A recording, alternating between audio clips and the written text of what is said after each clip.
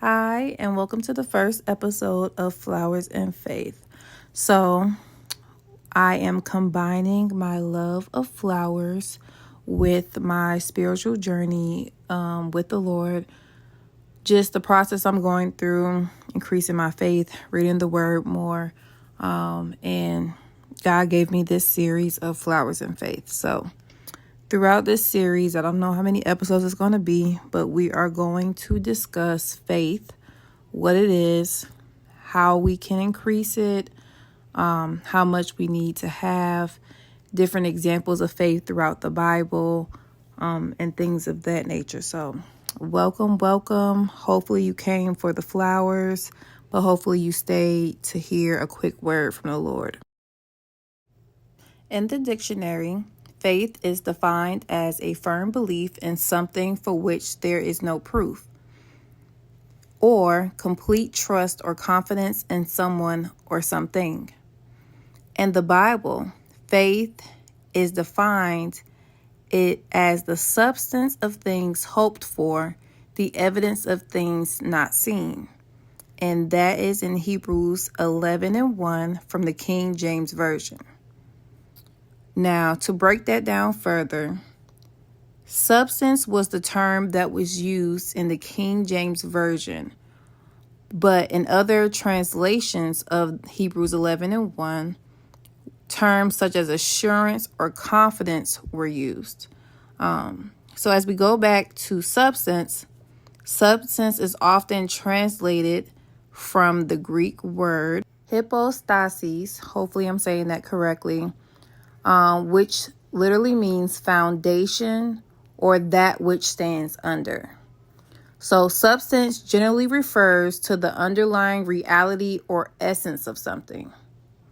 So our faith essentially gives substance or a foundation to the future blessings that are promised by God. So in order for us to have faith, we must believe God and his promises despite not being able to see those promises at the present moment. And that is also confirmed in Hebrews 11:6. Hebrews 11:6 says, "And without faith, it is impossible to please God, because anyone who comes to him must believe that he exists and that he rewards those who earnestly seek him." So in Hebrews 11:1, it tells us that faith is the substance of things hoped for and the evidence of things not seen. But then it goes down in 11:6 to tell us that without faith, it is impossible to please God. So despite us not being able to see things, and despite us not being able to grasp what is fully happening, we still must have faith in order to please God. So faith is essential for our spiritual journeys and our belief in God. And honestly, I'll be the first one to tell you that this has been something that I have struggled with tremendously. Like not being able to see. I'm a very detail oriented and planning type of person. So I like to have everything planned out. I like to know the next step. If my plan A doesn't work, I have a plan B and a plan C. Like I'm used to knowing what's going to happen next. And in this season of my life, God has been obviously not giving me all the details of what's going to happen next. And it has been a moment of frustration for me because I don't know what's going on. But that is essentially faith, to just continue to follow God blindly, not knowing what's going to happen next or where he's going to take you, because you trust him and you believe him, and because it's essential. Like he tells us that it's impossible to please him without faith. So it's something that I've just been honestly trying to develop more of, because I feel like my faith has been so little. But honestly, that's okay, because you may ask yourself, well, how much faith are we supposed to have? And it's the size of a mustard seed. And Luke 17:6, it states, "And the Lord said, if you have faith in God, even as small as a mustard seed, you could say to this mulberry tree, be pulled up by the roots and be planted in the sea. And if the request was in agreement with the will of God, it would have obeyed you. And that was from the Amplified Translation. I read that translation to emphasize the part of if the request was in agreement with the will of God. So not only do you have to have faith, and you have to have it to not only please God, but it's essential on your spiritual journey. Whatever you're having faith in must be within the will of God.